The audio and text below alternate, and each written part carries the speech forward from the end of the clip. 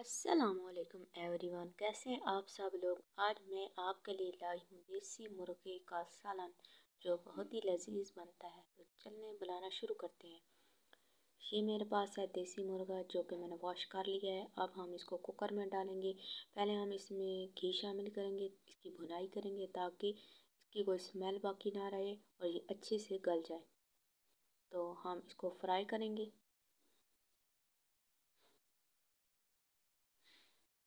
हल्की आंच पे हम इसको फ्राई करेंगे। आप थोड़ा सा घी शामिल करें क्योंकि ये देसी मुर्गा है तो इसका अपना घी भी निकलता है।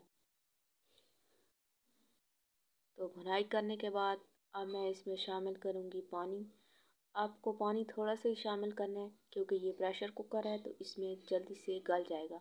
और इसमें थोड़ा सा नमक शामिल कर दें और अब हम इसका ढक्कन बंद करेंगे और 20 मिनट तक इसको कुकर में डालेंगे। अब ये इसका मसाला हम तैयार करेंगे। ये मेरे पास है ऑनियन, जिसको हम हल्का सा ब्राउन करेंगे।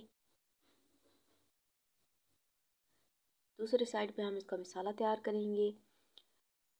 अब प्याज में हम लहसुन अदरक का पेस्ट डालेंगे। आपको मसाला बहुत अच्छे से भुनाई करना है और इसी से ही टेस्ट आएगा।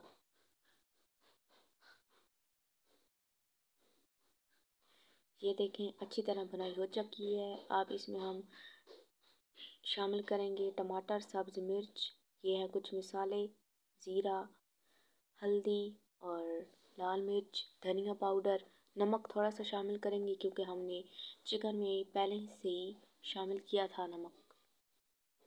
अब हम इसकी अच्छे से भुनाई करेंगे थोड़ी सी। अब इसमें हम पानी शामिल करेंगे ताकि ये जो टमाटर हैं ये गल जाएं और इसकी अच्छे से हम भुनाई करेंगे। ढक्कन बंद करेंगे और ये देखें जब तक ऑयल बाहर नहीं आता तब तक आपको इसे भूनते रहना है। उसके बाद आप ये जो प्रेशर कुकर का ढक्कन हटा के हम चिकन को भी थोड़ा सा फ्राई करेंगे।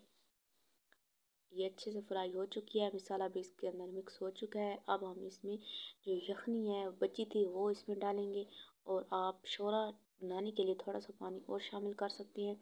ये देखिए अब इसको बॉयल आना शुरू हो गए हैं अच्छे से। जब इसकी ग्रेवी बन जाए तो आपने इसको उतार लेना है। ये देखिए इसका ऑयल बाहर आ चुका है, इसका मतलब है कि ये पक चुका है।